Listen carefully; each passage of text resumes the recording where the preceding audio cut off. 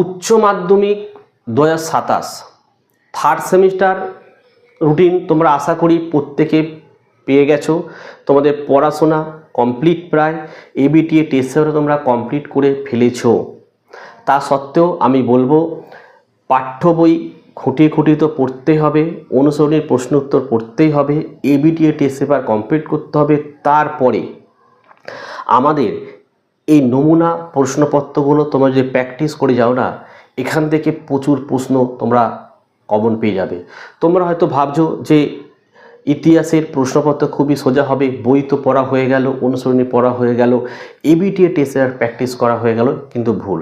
কী ধরনের প্রশ্নপত্র হবে এই নমুনা প্রশ্নপত্রগুলো তোমরা প্র্যাকটিস করলে প্রত্যেকে কিন্তু বুঝতে পেরে যাবে, ঠিক আছে? তো আজকে আমরা ইতিহাসের 40 নম্বরের একটি নমুনা প্রশ্নপত্র একদম উত্তর সহ আলোচনা করব। দেখো, আমি শুধু উত্তর না, উত্তরগুলো ব্যাখ্যা করে করে বুঝিয়ে দেবো যে এই উত্তরটা কেন হলো, ঠিক আছে? তাই তোমরা সহজেই বুঝতে পারবে। আর এইভাবেই যদি পড়াশোনা করা হয় তাহলে তোমরা অল্প পড়ে কিন্তু ভালো রেজাল্ট করতে পারবে। এবং আরেকটা তথ্য জানাই, তোমরা অনেক ছাত্রছাত্রী আছো যারা পয়সার অভাবে ঠিকমতো বইপত্র কিনতে পারো না। তো তোমাদের কথা চিন্তা করে কিন্তু প্রতি বছরই সোমনাথ তার কোচিং সেন্টার থেকে তোমরা স্বল্প মূল্যে প্রত্যেকটা সাবজেক্টের পেড পিডিএফ নোট কিন্তু সংগ্রহ করতে পারো। আমরা পার সাবজেক্ট নোটের জন্য মাত্র 75 নিয়ে থাকি।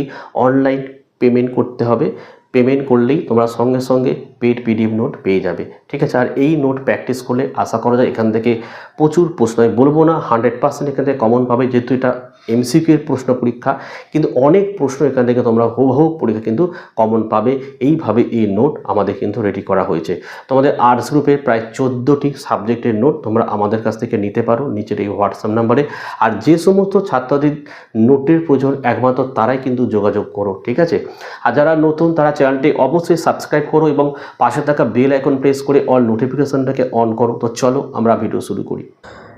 এইচএস হিস্ট্রি সেমিস্টার 3 2027, অর্থাৎ তোমার 2027 সালে যারা উচ্চ মাধ্যমিক পরীক্ষার্থী তোমাদের সেমিস্টার 3 কিন্তু পরীক্ষা শুরু হতে চলেছে। তো দেখো, এটা হচ্ছে হিস্ট্রি প্রশ্নপত্র। টোটাল টাইম 1 ঘন্টা 15 মিনিট থাকবে এবং টোটাল মার্কস 40। প্রত্যেকটা প্রশ্নের উত্তর আমি তোমাদেরকে বুঝিয়ে দিচ্ছি, চলো।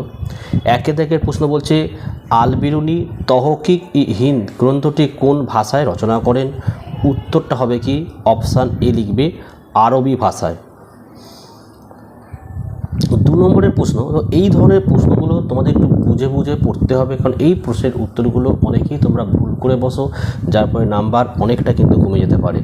এখানে প্রশ্নের উত্তরটা এখানে অপশান এ হবে। এ ও আর উভয় সঠিক এবং আর হলো এর সঠিক ব্যাখ্যা, কিন্তু কেন বোঝো। এখানে বিবৃতি বলা হচ্ছে যে ইবন বতুতা বাংলাকে দোজক পুরী নিয়ামত অর্থাৎ উত্তম জিনিসের পূর্ণ নরক বলে উল্লেখ করেছিলেন। আর কারণটা হচ্ছে যে বাংলার আর্থিক সচ্ছলতা থাকা সত্ত্বেও পরিবেশ ছিল বসবাসের অযোগ্য। মানে দেখো, এখানে হচ্ছে মরক্কোর পর্যটক ইবন বতুতা বাংলায় এসে খাদ্যের সস্তা দাম ও প্রাচুর্য দেখে মুগ্ধ হলেও এখানকার আর্দ্র আবহাওয়া ও স্যাঁতস্যাঁতে পরিবেশের কারণে এখানে থাকার জন্য কষ্টকর মনে করেছিলেন। কি বললাম? দয়কার বর্গীযক দোজকপুর ই নিয়ামত, ঠিক আছে? তার জন্য এখানে তোমার সঠিক অ্যান্সার হলো এ আর আর উভয় হচ্ছে সঠিক এবং আর হলো এর সঠিক ব্যাখ্যা। ওকে, 3 থেকে প্রশ্ন, কে বার্নিয়েকে পর্যটকদের যুবরাজ অভিধা প্রদান করেছিলেন? দেখো, উত্তরটা কিন্তু অপশান বি লিখবে, ঠিক আছে? মধ্যাবের কাউন্ট। আচ্ছা, এই ব্যাপারটা একটু বুঝে না, এটা কী ছিল? টেক্সট বই খুঁটে না পড়লে এই ধরনের প্রশ্ন কিন্তু তোমরা পারবে না। ফরাসি পর্যটক, ঠিক আছে? ফ্রান্সিস বার্নিয়েকে ইউরোপীয় ভ্রমণ বৃত্তান্ত বর্ণনার উৎকর্ষের জন্য প্রিন্স অফ ট্রাভেলার বা পর্যটকদের যুবরাজ কিন্তু বলা হয়েছিল, ঠিক আছে? 4 দাগের প্রশ্নটা দেখো কত বড় প্রশ্ন। এই ধরনের প্রশ্ন পরীক্ষা দেবে যাতে তোমাদের প্রশ্ন পড়তে পড়তে অনেকটা সময় লেগে যায়। কী বলেছে দেখো, হিন্দুকুশ পর্বত অতিক্রম করে গজনী ও কাবুল হয়ে ইনি ভারতে প্রবেশ করেন। তখন দিল্লিতে সুলতান ছিলেন মোহাম্মদ বিন তুগলক। সুলতান তাকে দিল্লির কাজী হিসেবে নিয়োগ করেন। কার সম্পর্কে বলা হয়েছে? এখানে অপশান সি হবে ইবন বতুতা। কেন? উত্তরটা হলো বোঝো। দেখো 1333 খ্রিস্টাব্দে এই ইবন বতুতা ভারতে আসেন। সুলতান মোহাম্মদ বিন তুগলক তার বিদ্যার পরিচয়ে সন্তুষ্ট হয়ে তাকে দিল্লির কাজী, এখানে কাজী বলতে বিচারক পদে নিযুক্ত করেন। ওকে। 5 মার্কো পোলোর বর্ণনায় ভারতে উৎপাদিত স্থানীয় কোন শস্যের উল্লেখ রয়েছে? এখানে ধান হবে। Option B answer. কেন? দেখো ভেনিসের পর্যটক হচ্ছে মার্কো পোলো দক্ষিণ ও পূর্ব ভারতে ভ্রমণের সময় স্থানীয় খাদ্যশস্য হিসেবে মূলত ধানের বা চালের বহুল ব্যবহারের কথা উল্লেখ করেছিলেন। 6 দাগে আরও একটি বিবৃতি দেওয়া হয়েছে। এখানে উত্তরটা অপশান সি করা হয়েছে যে বিবৃতি 1 এবং বিবৃতি 2 উভয়ই সত্য। কেন? বোঝো। দেখো আব্দুর রজ্জাকের মতে বিজয়নগরে 300টি বন্দর ছিল। আর 2 বিবৃতি কী বলা হয়েছে? এই বন্দরগুলির মাধ্যমে চীন, মালয়, ব্রহ্মদেশ, পারস্য, পর্তুগাল ও আফ্রিকার সঙ্গে ব্যবসা বাণিজ্য চলতে। ব্যাপারটা হচ্ছে দেখো পারস্যের দূত আব্দুর রজ্জাক বিজয়নগর সাম্রাজ্যের বিবরণ দিতে গিয়ে জানান যে সাম্রাজ্যের 3 শতাধিক সমৃদ্ধ বন্দর ছিল, যার মাধ্যমে এশিয়া ও আফ্রিকার বিভিন্ন দেশের সাথে সামুদ্রিক বাণিজ্য পরিচালিত হতো। তাই দুটোই এখানে একদম সঠিক অ্যান্সার।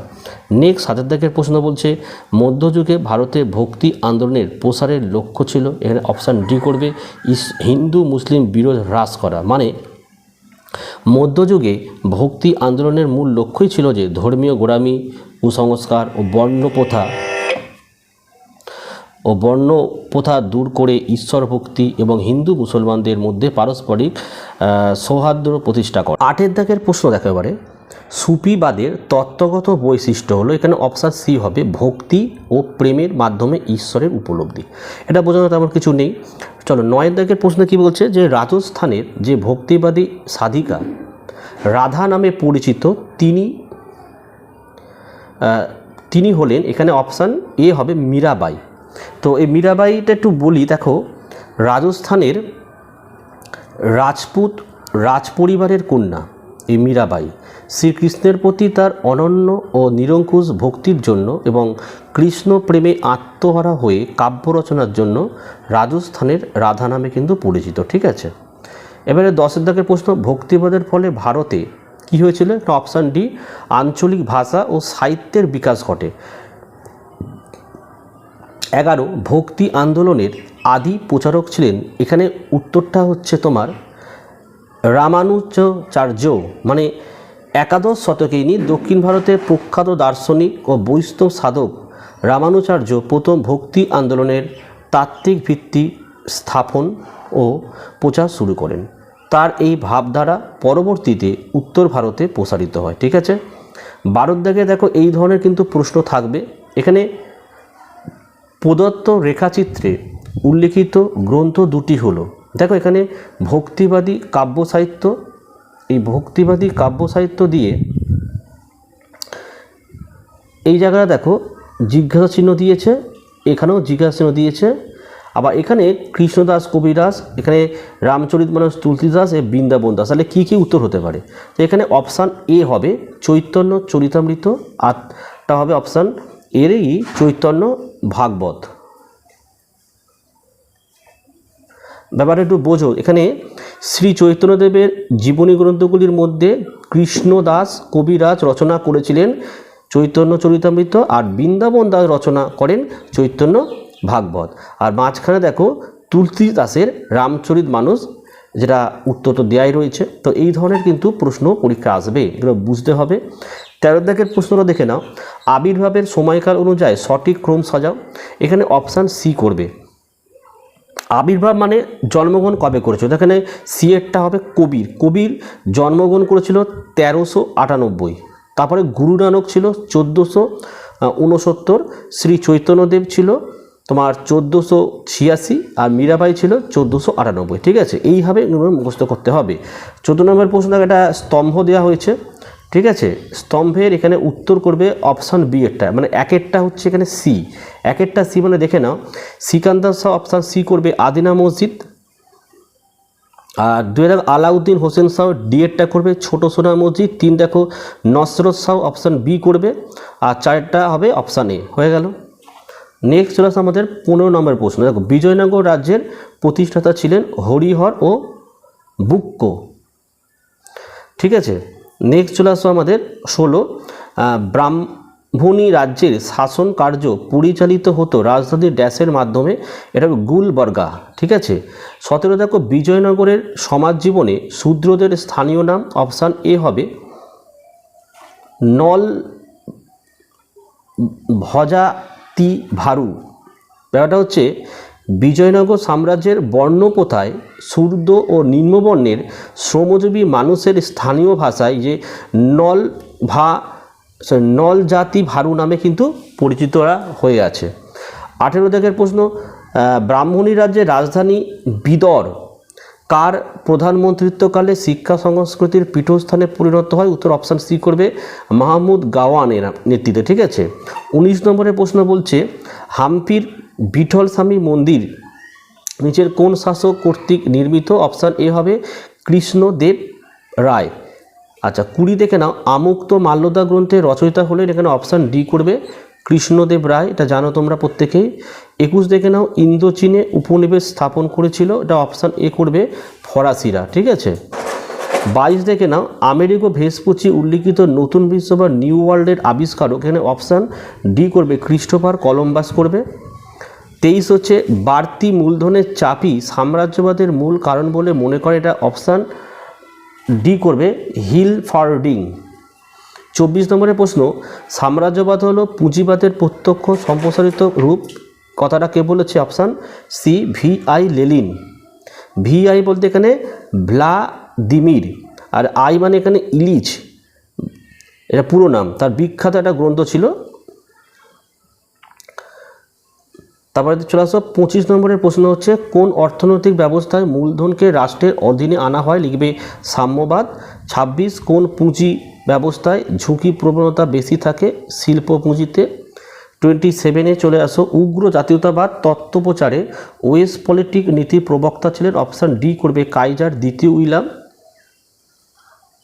28 দাগের প্রশ্ন, সাম্রাজ্যবাদ বিস্তারের উদ্দেশ্যে জার্মানির তরফ থেকে, এখানে অপশান এ করবে টিউটনিক জাতির শ্রেষ্ঠত্ব প্রচার করা হয়। এটা ব্যাপারটা বুঝিয়ে দিই একটুকুনি। দেখো, জার্মানি সাম্রাজ্যবাদী প্রসারকে যুক্তিসিদ্ধ করতে বিশুদ্ধ রক্ত ও টিউটনিক আর্য জাতির সামাজিক ও সাংস্কৃতিক শ্রেষ্ঠত্বের তত্ত্ব প্রচার করত। 29 ভারতের কোন রাজ্যে প্রথম ইংরেজরা রাজনৈতিক আধিপত্য প্রতিষ্ঠা করে? লিখবে বাংলা। ঠিক আছে, সালটা হচ্ছে 1757 সালে পলাশির যুদ্ধ, এবং 1764 সালে তোমার বক্সারের যুদ্ধের মাধ্যমে ব্রিটিশ ইস্ট ইন্ডিয়া কোম্পানি সর্বপ্রথম বাংলাতেই তাদের রাজনৈতিক শাসন ও আধিপত্য প্রতিষ্ঠা করে। 30 চীনে আমেরিকার অর্থনৈতিক সাম্রাজ্যবাদ চালানোর নীতিকে ড্যাশ অদৃশ্য সাম্রাজ্যবাদ বলে অভিহিত করেছেন, অপশান সি করবে এটা।